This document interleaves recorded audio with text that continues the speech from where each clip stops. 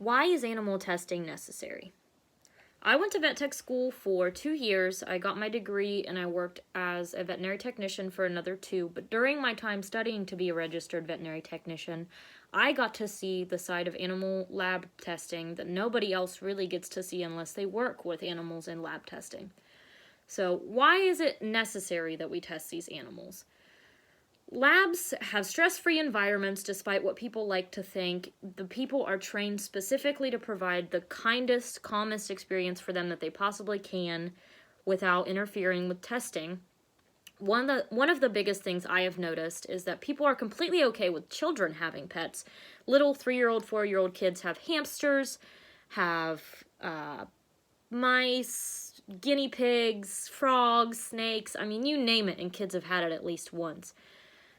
The thing is, I have witnessed children literally smash hamsters and tear snakes up, but I've never once noticed an animal lab tester treating an animal like that. So if you're telling me you're okay with a child smashing a guinea pig underneath of a running wheel, but you're not okay with us making advancements in medicine using some sacrifice from animals, I think you have your priorities completely wrong. People who work with animals love animals despite what you may think. We would never get a 2-year degree just to torture animals. We would never get a 4-year degree to torture animals. We would never get a degree at all to torture animals if that was what we wanted. What vet techs and what animal researchers want is better medications and better research for people to have better lives and animals to have better lives. So I took a tour of Children's Nationwide Hospital in Columbus whenever I was in vet tech school. I don't know if any of you have ever been there. I don't know if any of you know that they have a research facility in which they have many sheep, they have many frogs, fish, mice, rats, primates, everything, you name it, they have it, and they run testing on them.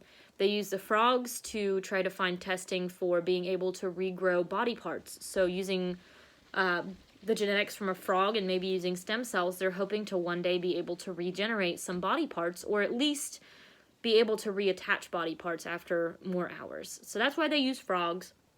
From what I've heard, frogs are not harmed at all during the testing, and frogs are actually pretty rarely used. That is just a tidbit of information I picked up while I was touring there. But we'll move on. We won't talk about children's all day. I'll go ahead and tell you guys one thing about the 2014 Ebola outbreak. If you guys remember the 2014 Ebola outbreak, there were many casualties, including those over in the US and those back in Africa. So why I'm talking about Ebola is people have been trying tirelessly since the 2014 outbreak to do more research into vaccines. They've been using primates, none of which have died yet from what I've read, and they've actually already discovered a vaccine. The vaccine only lasts for 10 months, but as they continue to do research, they're hoping that they will last longer, and eventually we'll be able to have a vaccine that lasts for long periods of time, and we can eradicate Ebola, just like we did chickenpox, just like we did smallpox. So hopefully one day that will come. First thing I'm going to talk about, these are the statistics for the amount of animals used in research every year. So these first 4 sections are all different type of rodents. Hamsters, rabbits, guinea pigs, and here is other covered species, which I looked up. It only means mice and rats. Everything else here, which is less than 30%, is sheep, cats, pig, dogs, and non-human primates. Non-human primates actually takes up about 10% of all the leftover information that we have. The non-human primates are used a lot because their genetics are most closely linked to humans. Actually, we share 99% of the genetics with them. So that's why non-human primates are used a lot. A lot of monkeys, a lot of spider monkeys, things like that. The next thing here I'm going to show you is this nice graph. It's a bar graph. This starts in 1973 and ends in 2018. As you can see, the numbers have slowly been going down over the last few years. You can see they really took a hit after about 1996.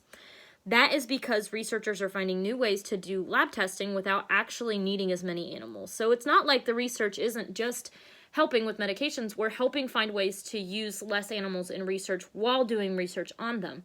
It's not that things aren't changing, it's that things are changing slow. And unfortunately, things have to change slow in this kind of situation because you can't just find the knowledge in one day. People are pushing and trying to find ways to not use animals but still save lives.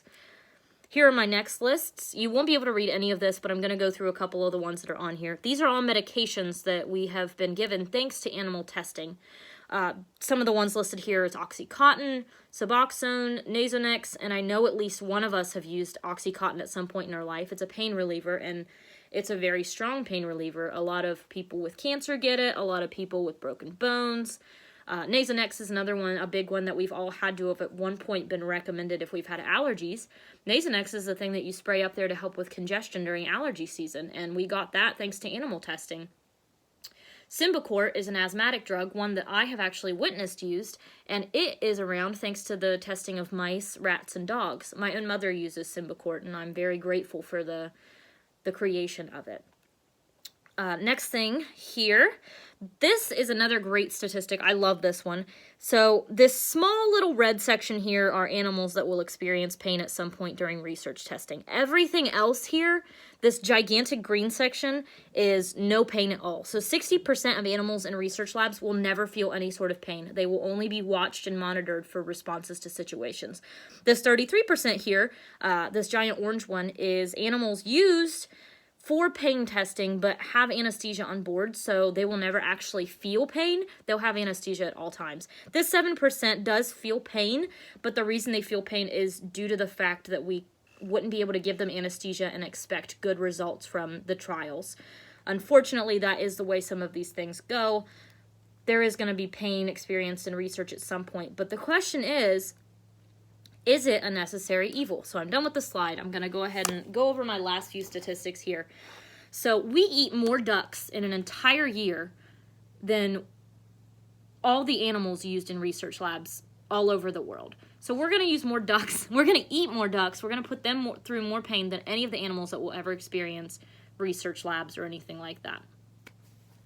100 million rats and mice die in research labs every single year, but 160 to 2.1 billion are fed to snakes every year. So more people are feeding mice and rats to snakes than will ever be used in research testing. And if you're telling me you think it's okay to force an animal to be fed to something and not use it to watch its behavior, I think you, again, need to get your priorities straight.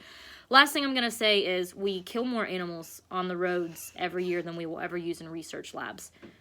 We kill more wild animals than we do animals that have been domesticated and used specifically for research purposes. The one thing I'm going to leave you with is please do your research tonight. Look up if there's ever been a medication that you yourself have taken thanks to animal testing. I know animal testing has saved my life. I just want to know if it has saved yours. Thank you.